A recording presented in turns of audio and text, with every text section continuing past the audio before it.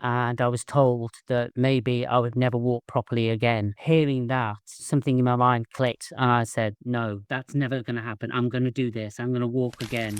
Hey everyone, welcome to another episode of the Fit to Grit cast where we go through all those visionary and implementer type ideas that come to us during our normal daily gym break.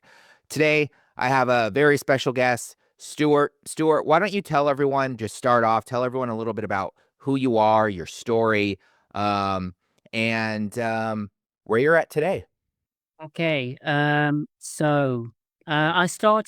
always been into fitness, but I was in corporate employment for many years since leaving school. I did gymnastics as a child, and then when I gave up the gymnastics, it was martial arts, karate, taekwondo, and I started teaching karate for a while.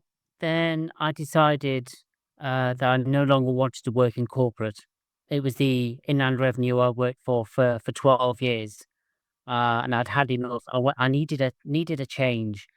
So I decided that fitness was my thing, fitness and rehab was my thing, and I trained as a personal trainer and sports therapist, and that was back in 2008. And shortly after um, training, I wanted to set up the business, and I had a serious accident and broke my back. So I was in hospital for quite some time, and I was told that maybe I would never walk properly again. Um, Hearing that, something in my mind clicked, and I said, "No, that's never going to happen. I'm going to do this. I'm going to walk again." And I rehabbed myself. It took me at least 2 years to rehab myself. And while I was rehabbing myself, I was also setting up Ideal Fitness and trying to get clients on board. And that's where my direction from just doing pure personal training and sports therapy changed to helping people with medical injuries, medical conditions, people over 40. And that's evolved over time. Since 2008, have moved on, and I'm now working with um, people in their 50s, 60s, with chronic conditions, um, EDS, Ehlers-Danlos Syndrome, people who've had Parkinson's, people who've been diagnosed with chronic joint issues. I'm rehabbing a lady at the moment who's just had a knee replacement. Another client of mine, she's had a hip replacement. Um, and I'm also working with um, people who have never exercised in their life, super morbidly obese people. So that's my journey to date. Nice. Why don't you tell everyone, because I know in this space it can become very convoluted with different types of services, different types of offerings. So can you give everyone a little bit of an explanation on what your business actually is? Like, what is it that you actually do? For instance, and I know you're not, but are you a yoga studio? Are you do you consider yourself a physical therapist? Like what kind of establishment and facility do you feel like best suits your target audience? I've got there's two parts to my business. There's the sports therapy side, which is mainly rehab, sports massage, deep tissue massage, and then there's the other side of things where people come in. That's the fitness side of it, where they come in to lose weight, increase their fitness, or I've got an older gentleman now who wants to increase his weight. He lost a lot of weight very drastically, and he's got to put that back on. So there's two sides to what I do. There's the rehab side, and there's also the fitness side for corporate, which is helping them change their lifestyle, helping them become better, um, better. How can I put it? So reach a level of happiness within themselves that they haven't got at the moment. Yeah. So you kind of have a mix of different offerings and services based off of the different types of, we'll just say, different steps in life people may be at depending on what they need. Um, and with that said, so how long have you ran? How long have you been open? Like, how long have you been really going once you took the leap into the from the corporate world? Uh, how long have you really been doing this? I set up Ideal Fitness in 2009. Oh, wow. Um, so back in 2009, I was before I had my studio. I was mobile, so I went round to people's homes, and I trained them at their home. And then I had a lot of people saying no, they'd like to come to me. A room became available for the sports therapy. And then while I was treating people for sports therapy, they would say, "Ah, I'd like to come to you for the training." So another room became available, and yeah, since 2009. So I've been in my studio now for about 11 years. Oh, nice. So it's 2025, so about 2014. So it took you about 5 years, 5 years from when you opened and you started going mobile to making the shift to getting a location. What were some of the pains? What were some of the pains you felt um, when you were, because, and I'll give you an explanation on why I'm kind of going about this, is because I see it very, very commonly, and you've probably seen it too with maybe some of your competitors or some other people in the industry, that usually it's very similar to what you said. I want to leave the corporate world. I love to train. I love to help. But then they end up starting off by going mobile. So, and going to people's homes because they think that that's the best solution for them. So what were some of those pain points that you felt like moved you from, not just, and I know you said that they said they wanted to come to you, but that you felt was holding you back from, when you were doing mobile, that really helped you take the leap into actually going in and getting your own location? Going mobile, it was for me. It was the easy choice. I didn't have any overheads apart from my car. Mhm. Um, Having the studio, it's the extra overheads. So the pain points for me there was, can I actually afford it? Yeah. Can I actually make this work? Have I got enough clients? Yeah. Am I charging my clients enough to be able to afford a studio? Um, but yeah, with the right mindset, you know you can do it. You don't have to be perfect to begin with. You start off messy and you make a few mistakes and yeah, it works. If you want it to work, it will work. But a lot of the pain points are around money. Mm. Now, can I afford to do this? Because going mobile, all you have is just you. Yeah. No other overheads. But in the studio, you've got your electricity, you've got the rent to pay, you've got equipment to buy as well. Um, Going mobile, you have it. You don't need much equipment when you're mobile because some of your clients that you go and see may have their own equipment that you can use. In the studio here, it's you've got to provide that for the people that come to you. Um, and then it's maintaining that. So they're all the main pain points. But yeah, over the years, those pain points are no longer pain points. They're just part of everyday life. Yeah. Yeah. And and I think that that's a good first, I think a good first stage for a lot of people. I mean, I think a lot of studio owners, they will, you know, not gonna say all of them, but there are some that will get an investment, right? They'll work through and get the investment side. They'll learn those pain points pretty fast. But that doesn't happen for a lot of us, right? It's like, in which I Yeah. actually highly recommend is going through those pain points. And it's kind of like the first, that's like the first move on from a mindset perspective on, oh, expenses, like, but these are really investments.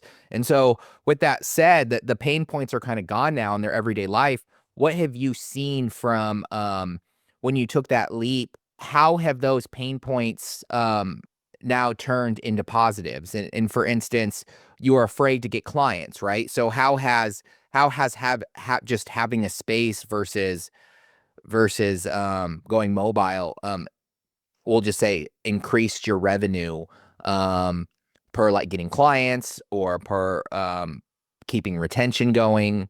I'd love to hear from you and your experience on that. The pain points have turned into positives because I'm able to charge what I'm worth now.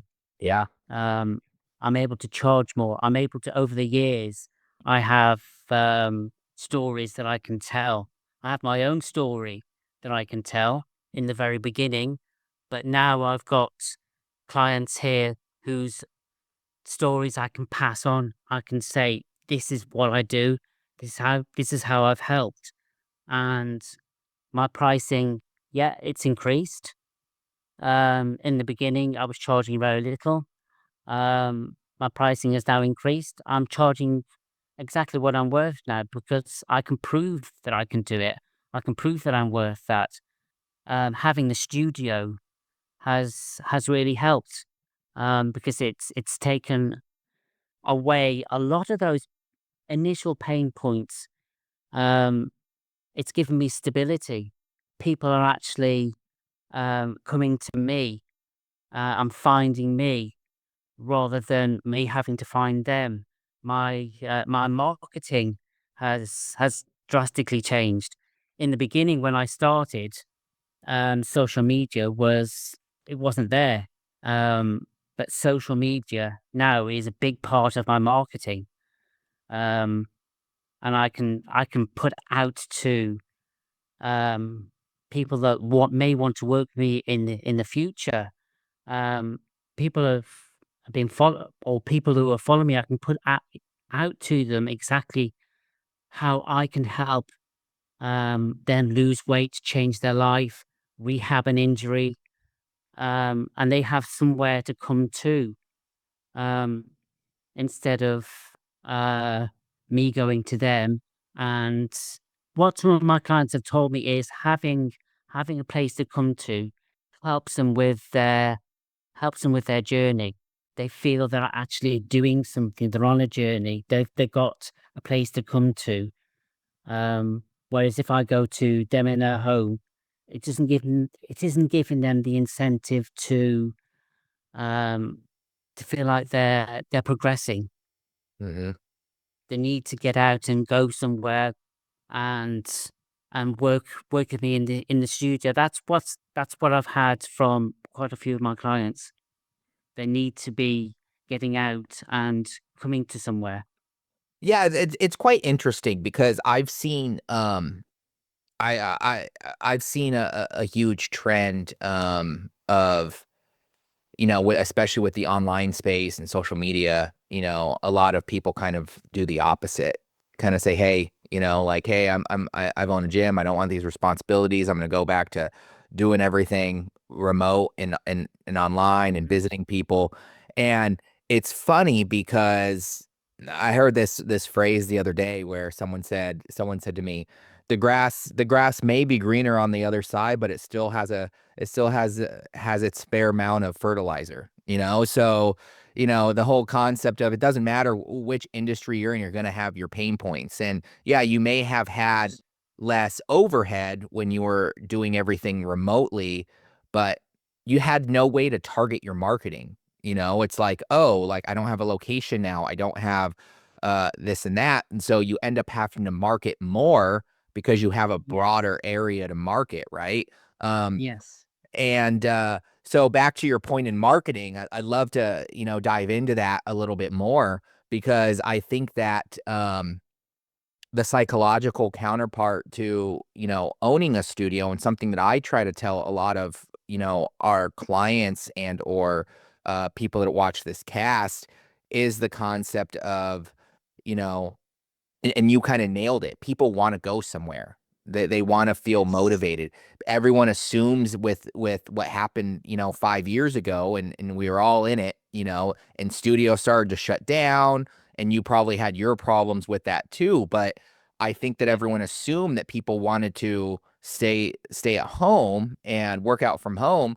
But I'll be the first to tell you, like, I like my I like going out. I like going to my studio. I like going because it makes me feel like I am progressing, like you said. And Yes. so with that marketing, which will kind of lead to the second thing I kind of want to talk about a little bit here is, you know, having a space and an experience for your customers definitely helps out with retention, definitely helps out with getting more clients. But Yep. similar to your space, how did you start to handle that side of it? The side of, oh, like, I have to start looking, I have to market. I have to either dedicate my time and or my invest money into marketing. And how did you start to take that leap into the mindset of, like, hey, I can't do this all myself. I'm going to need to start investing in, you know, bringing more clients in. The marketing side of things, I evolved. I got better at using, definitely got better at using social media. Mhm. Um, and having the studio, I was able to offer more services.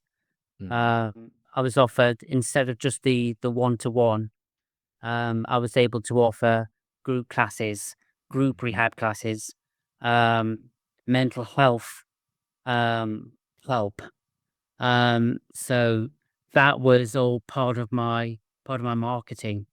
So it's like, building a bridge, learning from the bottom, learning learning the words to say to people, um, in marketing.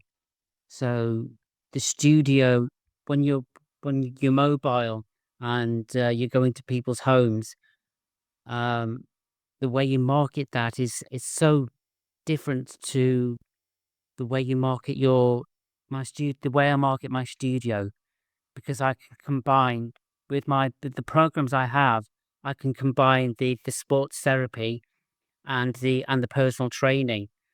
They can go from, once they've gone through the sports therapy program, they can transition then onto uh, the personal training side of it, and enhance what they've already learned through the sports therapy.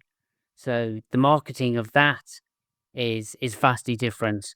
That's an additional, and then adding on to that is the mental health um, side of things. There's a lot of people that come to me are suffering with mental stress, um, from the things that they're suffering with.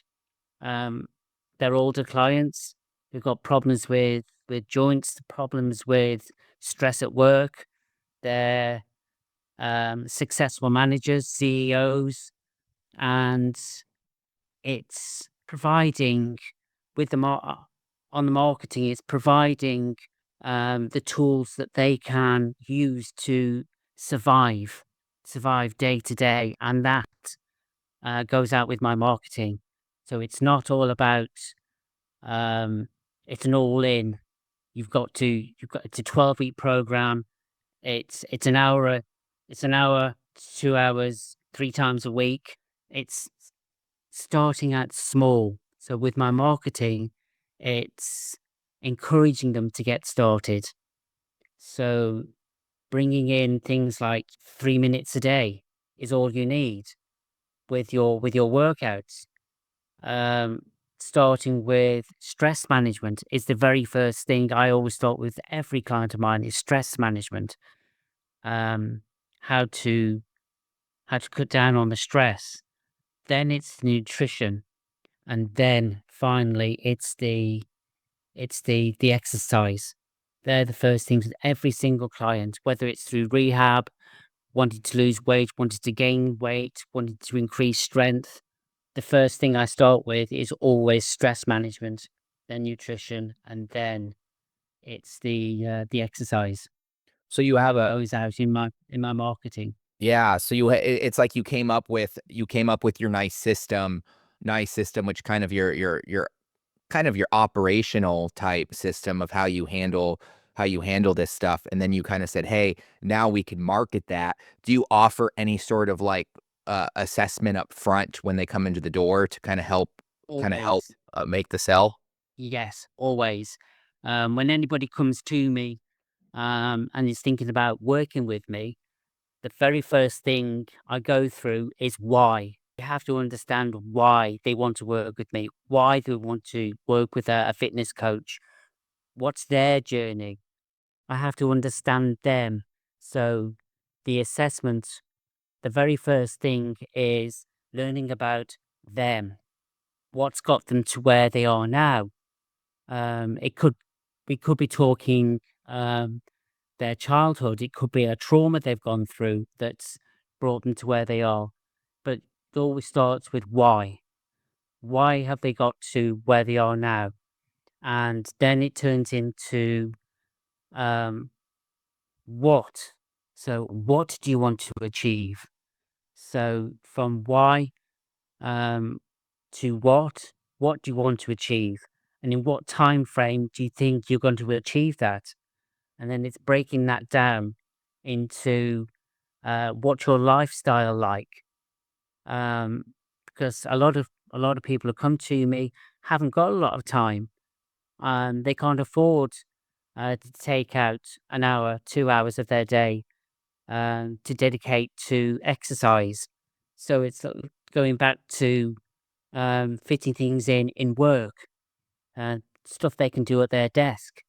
Um, a lot of people are sitting down at their desk, or when they come to me, they're sitting at a desk for 2, 3 hours without moving.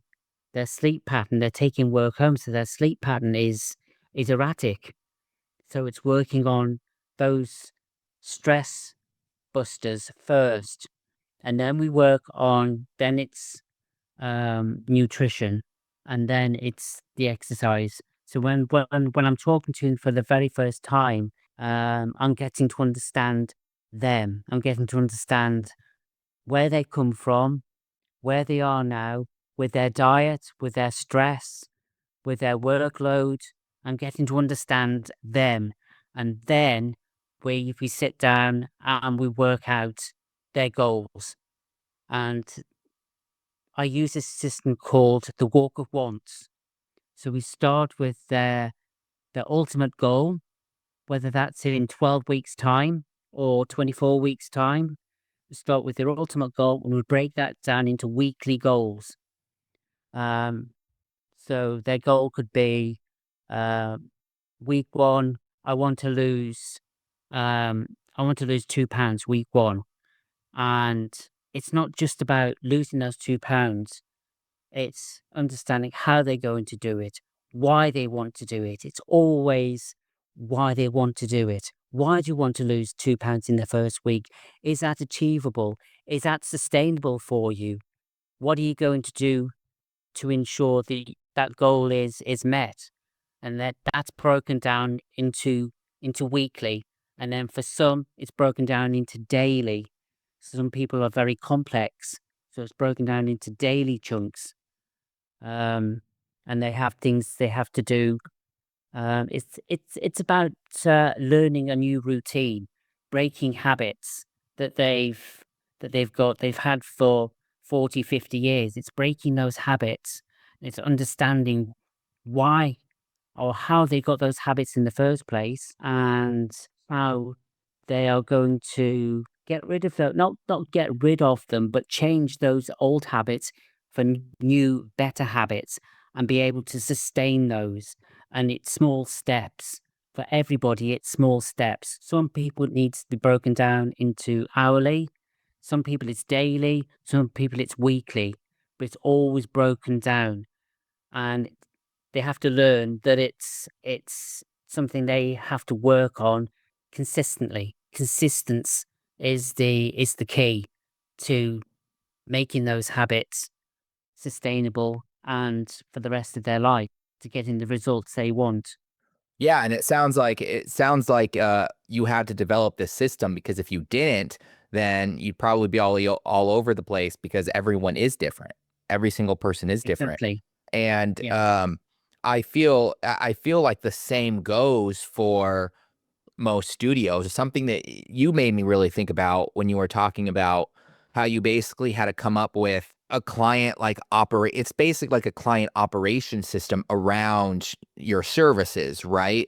But how did you kind of do that internally? Like, did you get to the point where you started hiring other physical therapists, other trainers, and start to have to find a way to systematize that not just for your clients but for your team as well? I've always worked I've always worked on my own. I've had other personal trainers and fitness coaches here as independent, but I've always worked on my own. But anybody that's worked with me in the studio always follows my walk of once. That's the system I know that works 100% for my clients, whether it's rehab or whether it's just pure fitness. The 12, the walk of once, everybody will follow. So everybody that's worked with me learns the walk of once system. It worked for me when I broke my back. I used that system. It was around about that system that I developed the walk of once, breaking it down, um, making sustainable goals. For me, it was when I broke my back, it was daily goals. It can be the most simple thing that changes. You put it down there. It's the most simple thing because I believe that keeping things simple is the best way to sustaining long term physical change, long term mental change. Keeping things simple, making it difficult is only going to make it a real challenge for anybody. Hmm. They're gonna turn away. They're not gonna continue if we make it difficult. So you have to put it into the most simplest terms. And like I say, some people need hourly, some people need daily, some people need weekly, but keeping it simple with that walk up once system. And each time they move on to a next goal, a new goal, they physically say to themselves in their mind or out, they physically say, "I want to achieve. I want to achieve it because," they're physically saying that. So it's instilling into them why they want to do it. And it gives them that motivation to continue. You know, uh, this really brings me back to the whole point of the Fit to Grit cast, to begin with, because we talk a lot about, uh, a lot about clients and their the long-term goals that you have to come up with, very similar to your basically product that I want to get a little bit more into it in a minute here, but that it took you years to develop, and that key there you said was simple. And I think that it very much relates to studio growth and growing the Mhm. internals of the studio as well, right? Yeah. It's a very similar concept, looking at those long-term goals, trying to come up with like how do we keep this simple but still kind of stay on track? Because as you said, like you're dealing with a lot of clients that they may need different things. And as studios start to grow and as they start to bring on more employees, it's a very similar process. Trainers, different types of trainers, different age ranges, and like you said, even clients. How do you start to market and realize, hey, how do I keep this simple, and market ourselves effectively to a wide range of audience, but not giving ourselves marketing fatigue and thinking we have to do 80 different things to bring in some people, Mhm. right? And so, Yeah. back to your program, how have you persevered and kept yourself from what I'll just call shiny object syndrome? Because it sounds like you've taken this since you've broken your back and you have continued to find yourself in restraint to overcomplicate it but to continue to evolve it, but continue to keep it simple. So how how have you done that? What are the kinds of things that you have done over the years to improve your system without overcomplicating it and still having it continue to be effective? It's about it is about keeping it simple. There are a lot of things out there that, uh, I've I've wanted to do, um, that that shine, that light, you think, "Oh, I'm gonna do that." Or then the next thing, "Oh, I'm gonna do that. Oh, I'm gonna do that." Um, but you have to take a step back each time and think, "Is that really gonna be the right thing for me? Is that gonna really, improve what I do here in the studio?" Um, because there's a lot of things, there's a lot of equipment I could have bought to put into the studio. But is it really right for what I want to provide to my clients? Is it really right for them? Is it, or is it just something that's gimmicky?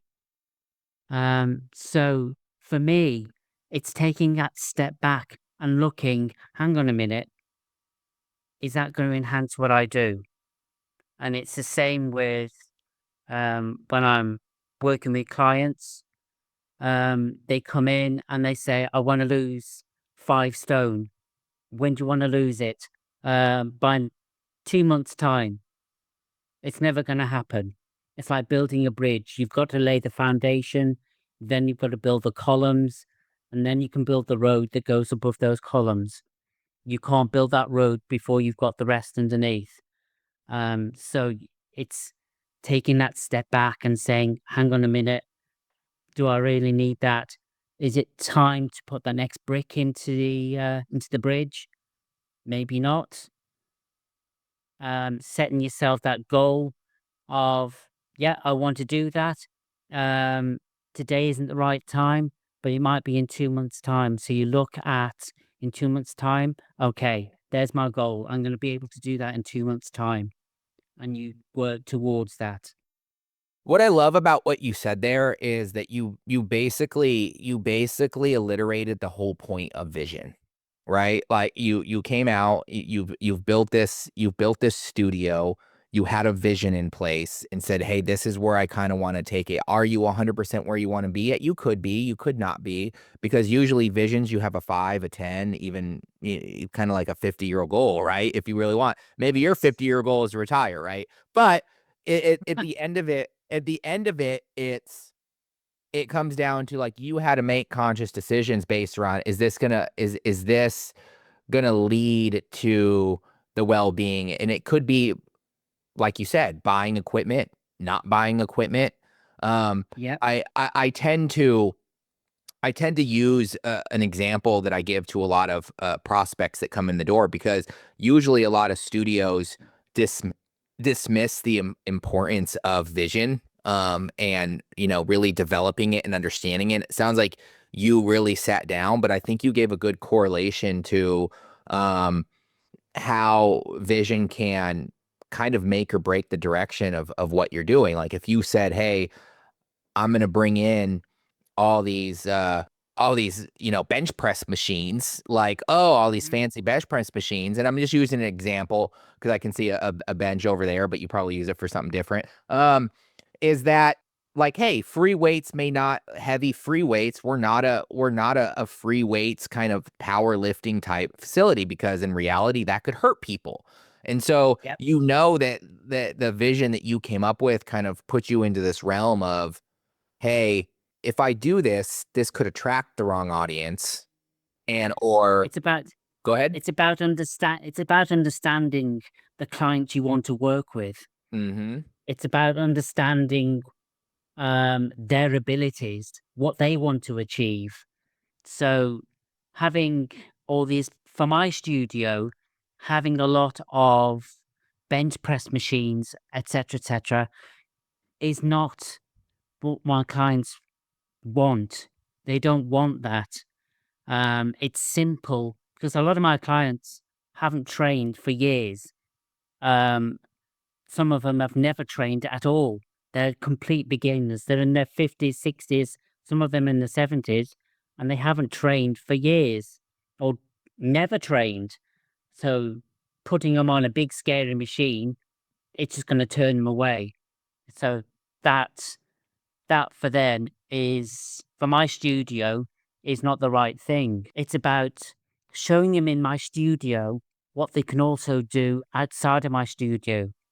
So I with my clients, um, it's how to invest in themselves, using resistance bands, using dumbbells that they can go and purchase themselves and do at home. Um, yeah, I've got equipment here that they wouldn't have at home, um, but that's why they come to me because they can do that other stuff. Um, but in my studio, it's about investing in the equipment that can enhance the lives of the people that come to me and doesn't frighten them away. Because a lot of my clients have said to me, I would say 80% of the clients that I have would never go to a big gym. That's too frightening. They Mhm. don't like all the equipment that's there, the kind of equipment. Um, and having coming to my studio, having the simple equipment and having that one-to-one with me or a small group session, it improves their confidence.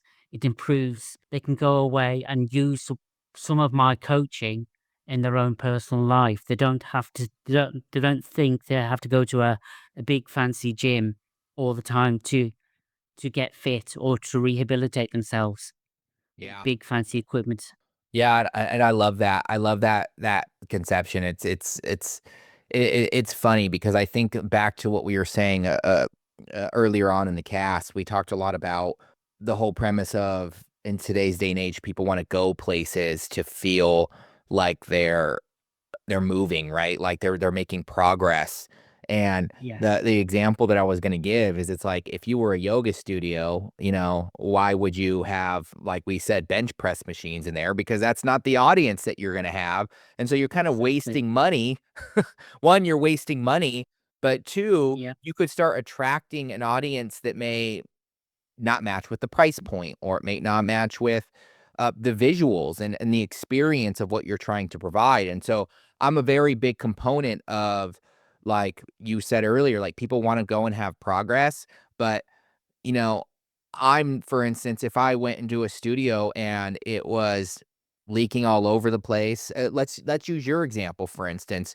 You, in your rehabilitation, if I went to you and you had a whole bunch of reds and blacks all over the wall and, you know, these free weight bench press machines, I'm probably gonna look at it and be like, "Wow, this makes me emotionally feel anxious, like, Yes. alert," you know, and it's actually going to lower retention and lower, the ability for clients to wanna work with you, or even, in short, judge a book by its cover. Everyone does it, you know? Yep. That's the whole point of Yeah. branding, right? Is like, Yeah. "Hey, I like, have. how do you effectively communicate that?" And so I Yeah. think you've done a really good job at kind of seeing that and involving your vision around that and leveraging the vision of what you're trying to do Yeah. to continue to try to improve the experience of your members. Well, I don't.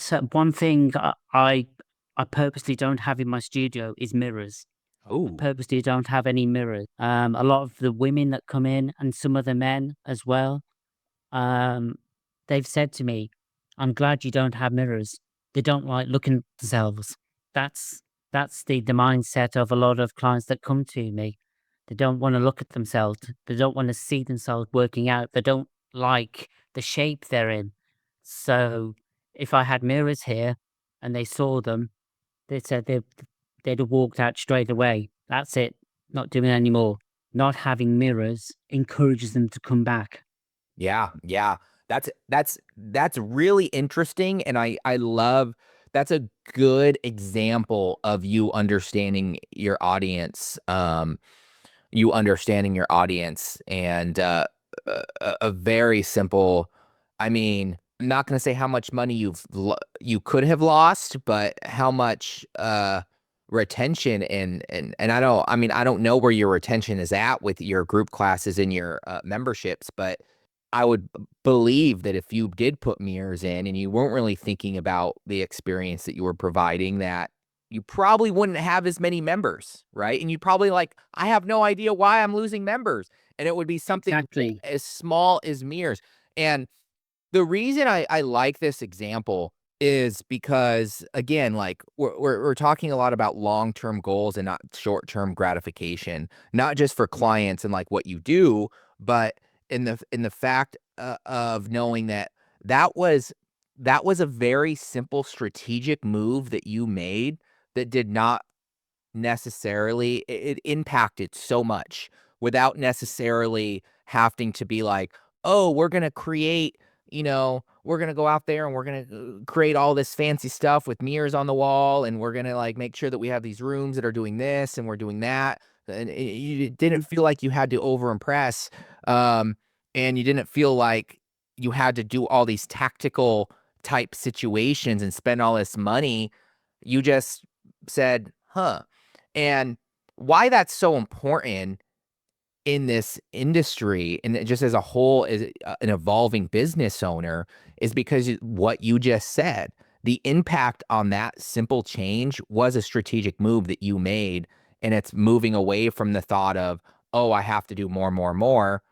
And I just doing stuff, throwing stuff at the wall, right? And you just Yeah. said, huh, maybe if we just did this or we did this. And those are powerful shifts that a lot of studio owners can take. And I Yeah. love that example, man. I'm gonna use that one for the future if you don't mind. Well, I have a lot of clients that come in and they have a lot of issues.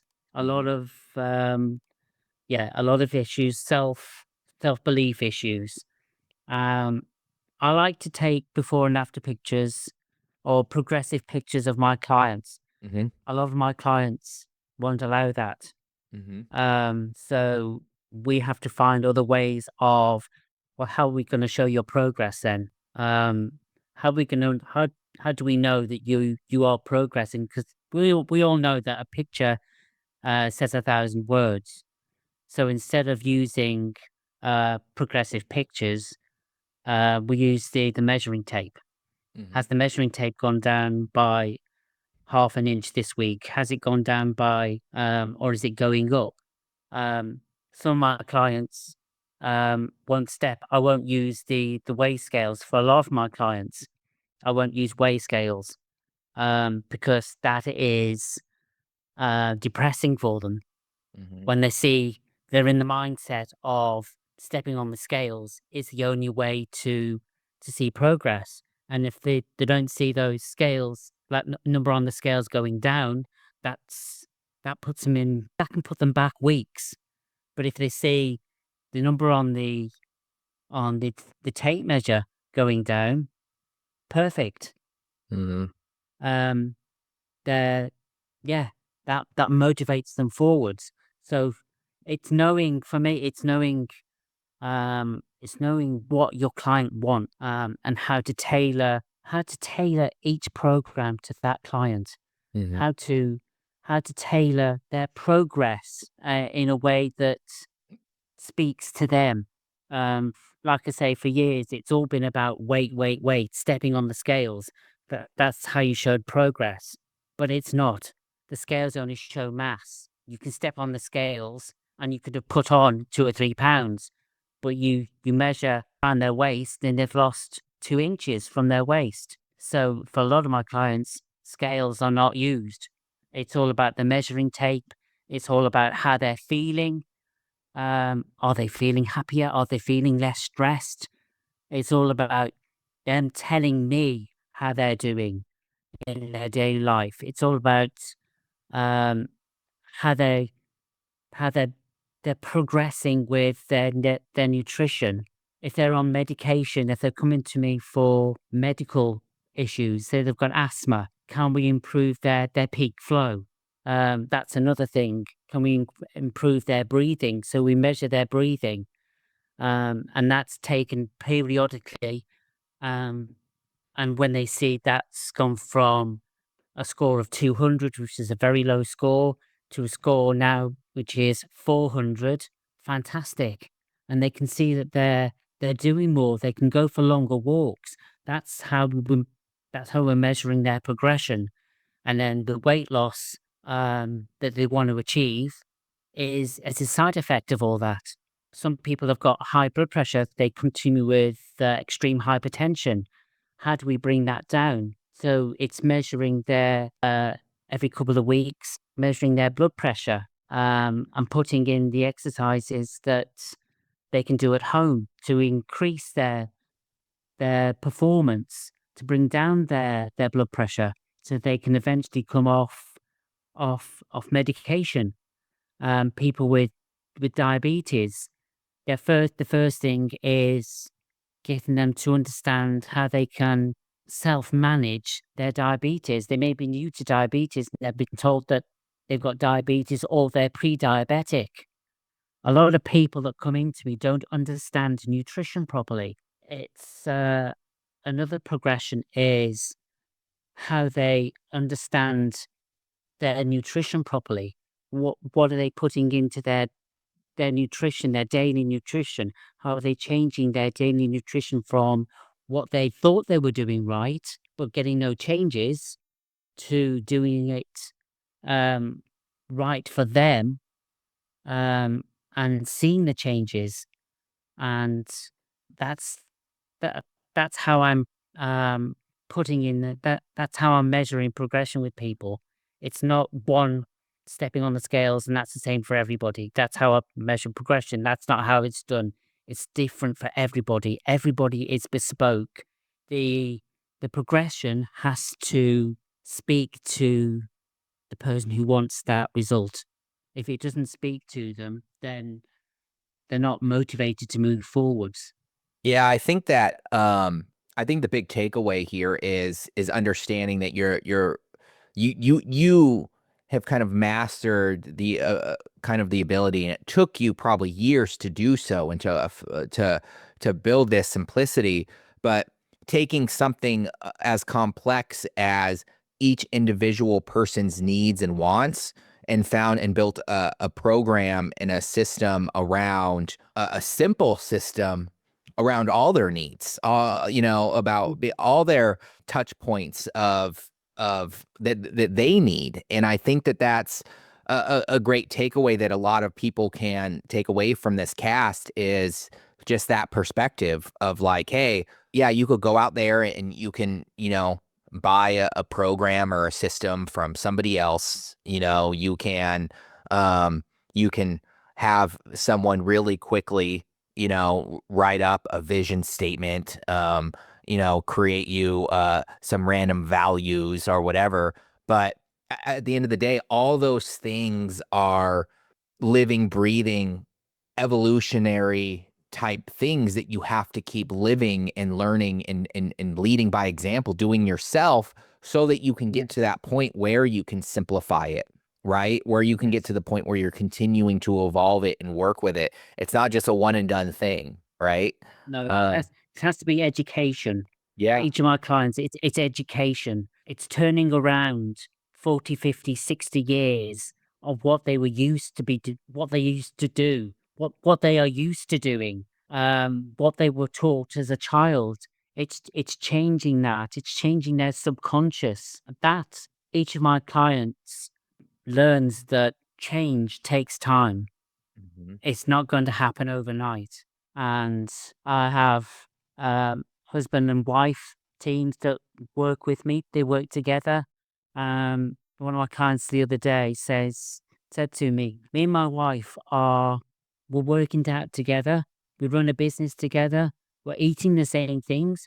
Why am I getting different results to her?" And it's educating them on why they're getting different results. It all starts with education, simple education, and then progressing from there. It's funny. It's funny because it's one of those situations where every time I talk to a studio owner, and you definitely, I've seen you get this as you've continued to evolve, but they all come in and say something along the lines of like, I just need more business, or I just need more this, like show me a system, create me a scope. And it's like they contradict themselves because it's what you just said is suitable not just in the individual in the growth of us as people. We're all different. We all have different metabolisms. We all have different body types. We all have, Yep. different heights, weights, and even back to when you said you use the measuring tape instead of the scale. Like, Yes.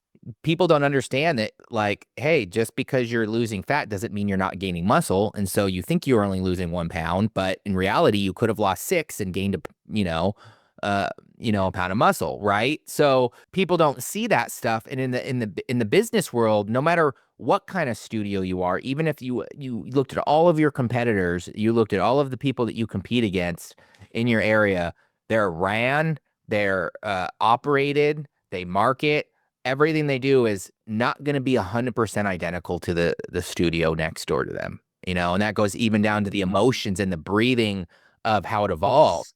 And so I think that's another great takeaway for people to understand. Like, just like you work with your clients and you think that they don't understand, and you have to train them, Mhm. and it makes sense because they're not business owners, but I mean they could be, but they don't understand their body. Think of that very similar to your business. There are systems, there are operations, there are things that you can use and tailor off of, but it's going to be the evolution of what you do and separating yourselves and making yourself different that's Yes. actually going to help you evolve and grow, right? So, Yes. We all have. We all have health. Everybody has health. mhm, It's it's treating your health. If you're a business owner, it's treating your health like your business. mhm, It evolves. mhm, You have a plan. You have a strategy in place. You have a vision of where you want your health to be, where you want your business to be. They have to come together because if you're a business owner and you have poor health, that reflects on your business. yep, If you have good health and you have the strategies in place to improve your health, that's going to improve your business. And if you have employees, you're at the top of the business, and that's going to filter down to the rest of your staff. It's going to mhm. filter down to your employees, so they're going to feed what you're giving from the top, and your business will then become known as a good business to work for.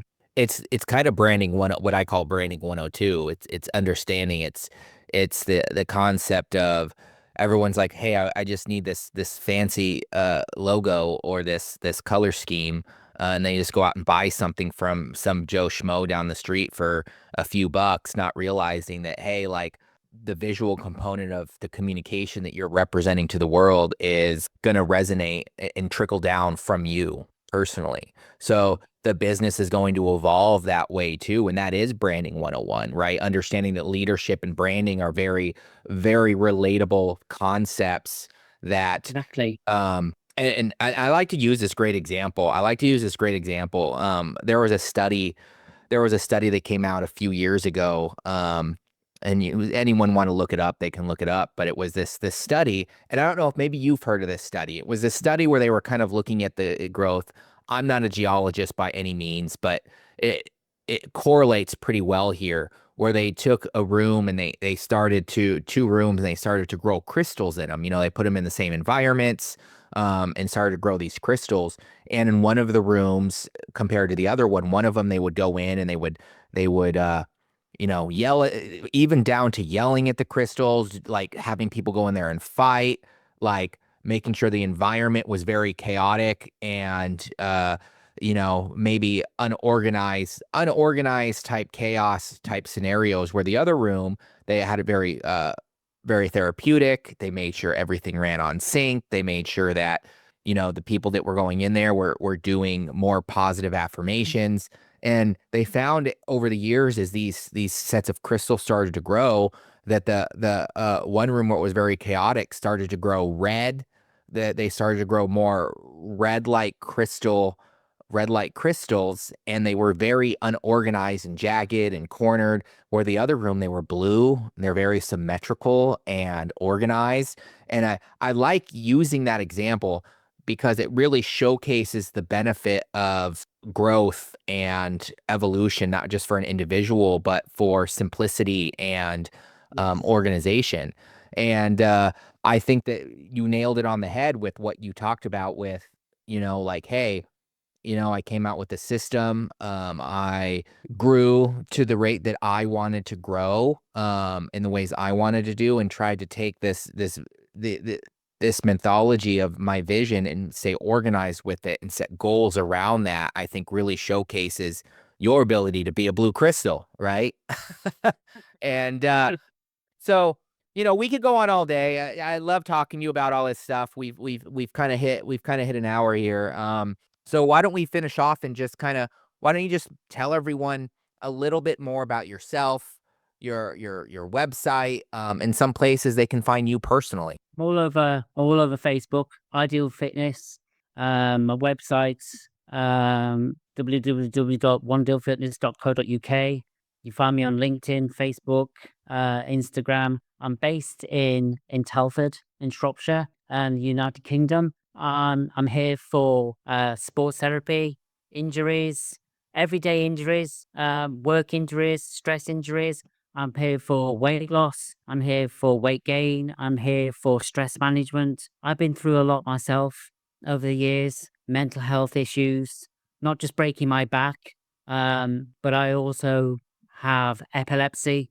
So keeping that under control. So I'm here to help anybody that needs, anybody over 35, 40, 50. I'm here. I understand what the older person goes through, their day-to-day struggles, running a business, running a family. I understand all that.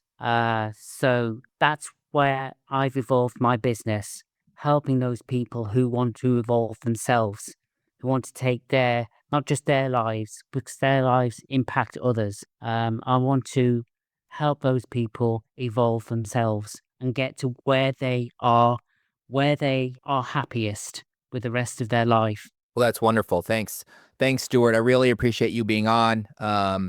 This is another episode of the Fifth Grit Cast. I'm your host, Zach Coleman, and I hope everyone has a good rest of their day. Excellent.